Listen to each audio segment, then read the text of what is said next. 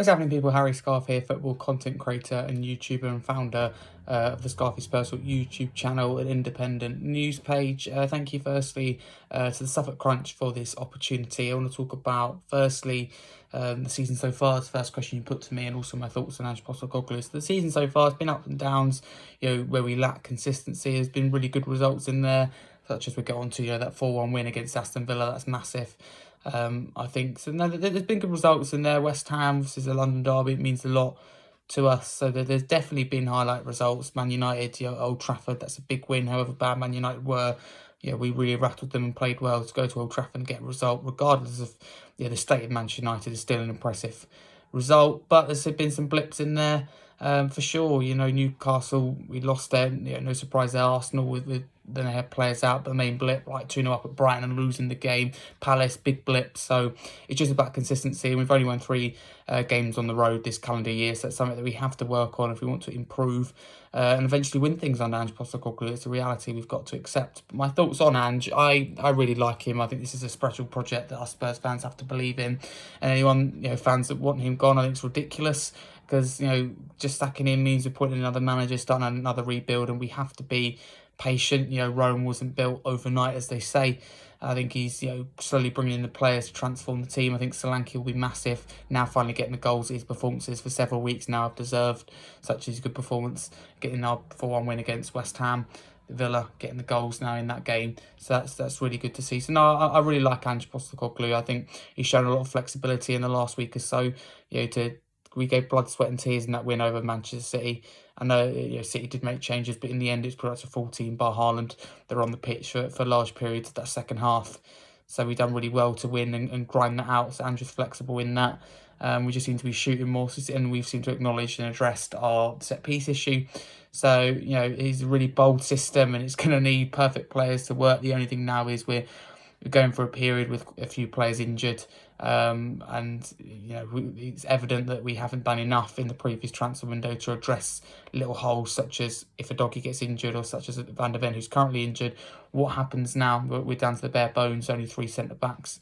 As well, I think that's risky. It should have been 4, only 1 left back who can naturally play there. So little things like that weren't addressed. But my thoughts on Ange Postecoglou are very positive, and the season so far have been good. Performances have been good, and now it's just about finding that consistency on the road.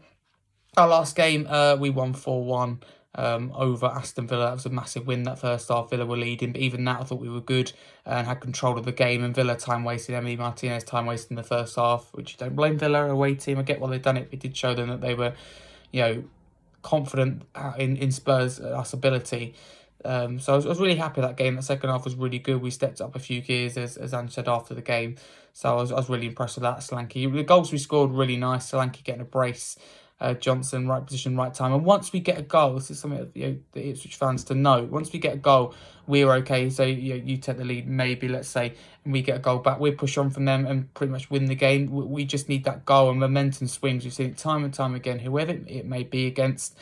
Of course, it can work the other way, like Brighton as well in cruise control. If we get goals, really change games that Tottenham are involved in. If we concede, then we fall apart. We've seen it with Brighton in the previous, 3 or 4 years ago now, I think during COVID. One that strikes out to me, 3-0 up against West Ham with 8 minutes to go, and we draw that 3-3. It's such a Tottenham kind of result. But our last game, really impressive. This is a top Aston Villa side, but having a bad week or two, it's fair to say, but still, really strong team that they put out, and they would have been confident going into it. So that's a massive result, and in what has been a massive week for the club, to be honest with you, to go through to the quarterfinals of the Carabao Cup. We haven't won a major trophy in 16 years, so this means a lot to the fans. That win over the champions Manchester City to start off what has been a bad week for them, or continue, should I say, a bad week for them, and then beating Aston Villa. There's 2 massive results in the Premier League. If we'd have lost them, we would have been 8 points behind, whereas now we're just 2 points behind. And there is a possibility, if we win this game against Ipswich and other results go our way, that we could go into the international break in 3rd place. All that, questions around Ange's future, even from our own fans.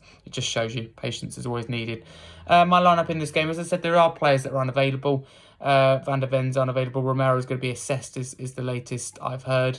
Son should be okay now and back, which is good, but Richarlison's out for a minimum of 4 weeks. Odegaard is still out. So players like that are unavailable, but majority should be okay.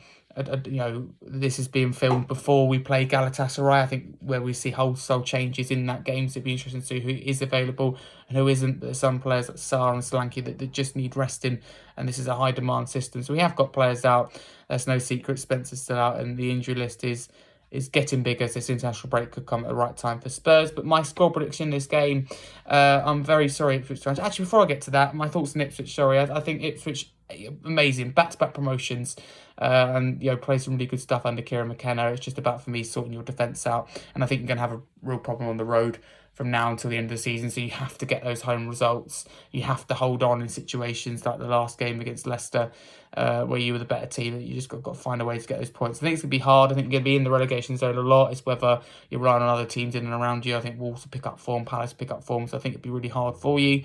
But my score prediction in this game, and nothing against Ipswich, but as I said, I don't think you'll travel well this year, and I think Spurs really good at home, so I think this will be a big win for us. I'm going to go with 4-1 Spurs, but really appreciate this opportunity, and big up to the Suffolk Crunch.